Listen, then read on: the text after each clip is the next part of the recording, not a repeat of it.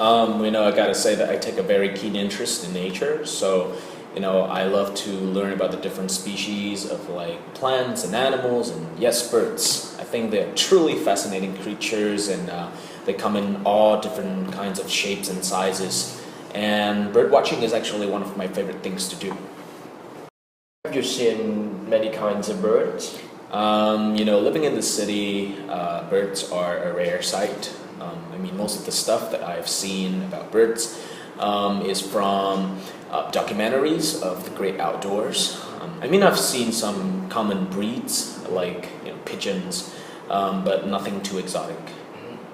How do Vietnamese people feel about birds? For the most part, Vietnamese people are not that into birds. We like to eat them, especially game birds like pheasants.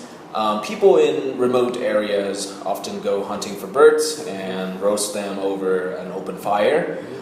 They're truly a delicacy where I come from. Uh-huh.